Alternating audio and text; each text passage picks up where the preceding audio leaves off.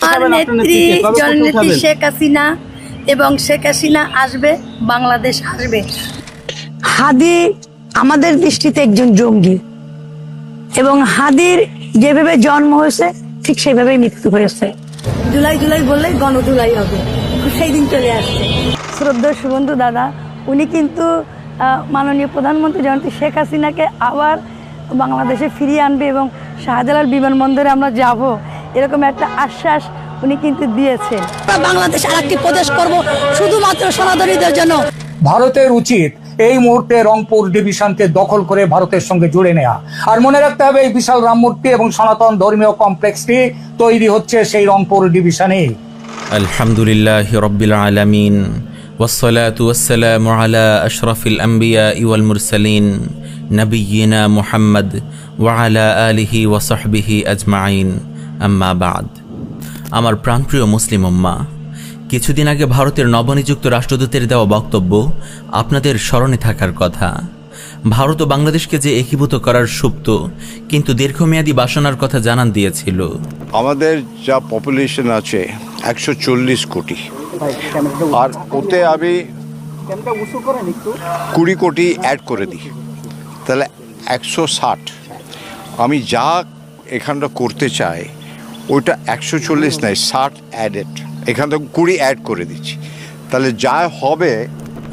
বাংলাদেশ যখন চীনের সাথে বাণিজ্যিক ও নিরাপত্তা খাতে কিছু চুক্তির জন্য আলোচনা চালিয়ে যাচ্ছে, ঠিক সেই মুহূর্তে ভারত ও লীগ মিলে হিন্দুত্ববাদী শক্তিকে মাঠে নামিয়েছে।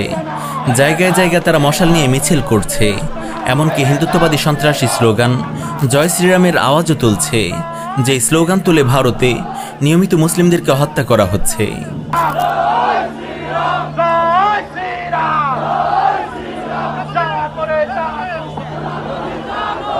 এমনকি এরা মুসলিমদেরকে জঙ্গি আফগানি তালেবান বলেও প্রকাশ্যে হুমকি দিচ্ছে।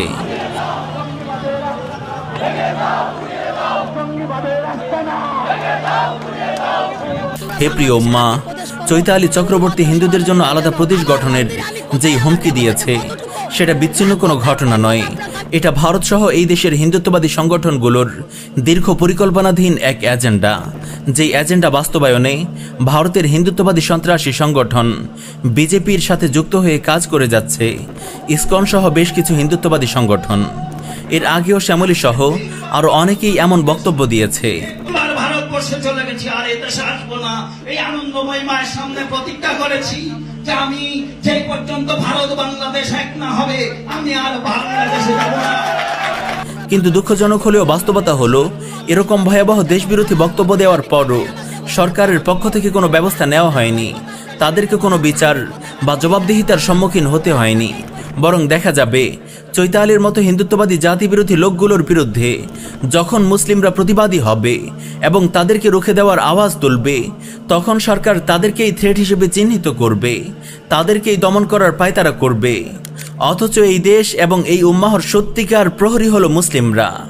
চৈতালিদের শিকড় অনেক গভীরে, তারা অখণ্ড ভারত প্রজেক্টেরই অংশ। বাংলাদেশেও এই প্রজেক্টের লোকেরা আজ সুসংগঠিত, প্রশিক্ষিত ও নিবেদিত, এবং তারা এই প্রজেক্টে সতর্কভাবেই ভারতের সাথে সম্পৃক্ত। এই দেশে বসবাস করেও এরা দিনরাত ভারতের বিজেপির নাম জপে, বিজেপির মতো হিন্দুত্ববাদী সন্ত্রাসী গোষ্ঠীকে নিজেদের ত্রাণকর্তা মনে করে। সেকুলারিজমের সুশীলতা আর বাঙালি জাতীয়তাবাদের মতো হিন্দুত্ববাদী প্রোডাক্ট দিয়ে আগ্রাসে হিন্দুত্ববাদকে মোকাবেলা করা সম্ভব নয়। এই চেতনাধারী কোনো শাসন কাঠামো হিন্দুত্ববাদের চ্যালেঞ্জের মুখোমুখি হওয়ার শক্তি রাখে না। যেই চেতনা ও শাসন কাঠামো ইসলামকে ধারণ করবে, উম্মাহর নিরাপত্তাকে দায়িত্ব হিসেবে নেবে, একমাত্র তার পক্ষেই সম্ভব হিন্দুত্ববাদী সন্ত্রাসকে নির্মূল করা। কিন্তু তারপরেও বিদ্যমান সরকারকে বুঝতে হবে, তারা যদি ভারতের বিজেপির সাথে সংযুক্ত দেশীয় হিন্দুত্ববাদী নেতাদের আস্ফালন ও চক্রান্তকে না থামায়, তবে দেশ ও উম্মাহ ভয়াবহভাবে এর ভুক্তভোগী হবে এবং এই অনিরাপত্তা তাদেরকেও গ্রাস করে নেবে। তারা যেন নিজেদের নিরাপদ ভেবে পাগলের সুখে বুঁদ হয়ে না থাকে, বরং তাদের জন্য উচিত জানবাজ মুসলিম জনতাকে ধারণ করা, কারণ তারাই এই ভূমির রক্ষা কবচ। হিন্দুত্ববাদী সন্ত্রাসীদের বিরুদ্ধে তারা নিজ আদর্শে বলিয়ান হয়ে দেশের পক্ষে যেই শক্ত প্রাচীর নির্মাণ করতে পারবে, সেটা আর কেউ করতে পারবে না, করবেও না। তারাই এই অঞ্চলের প্রকৃত পাহারাদার। তাদেরকে জঙ্গি ন্যারেটিভের জাতাকলে ফেলে দূরে সরিয়ে দেওয়া এই দেশ ও জাতির জন্যই আত্মঘাতী হবে।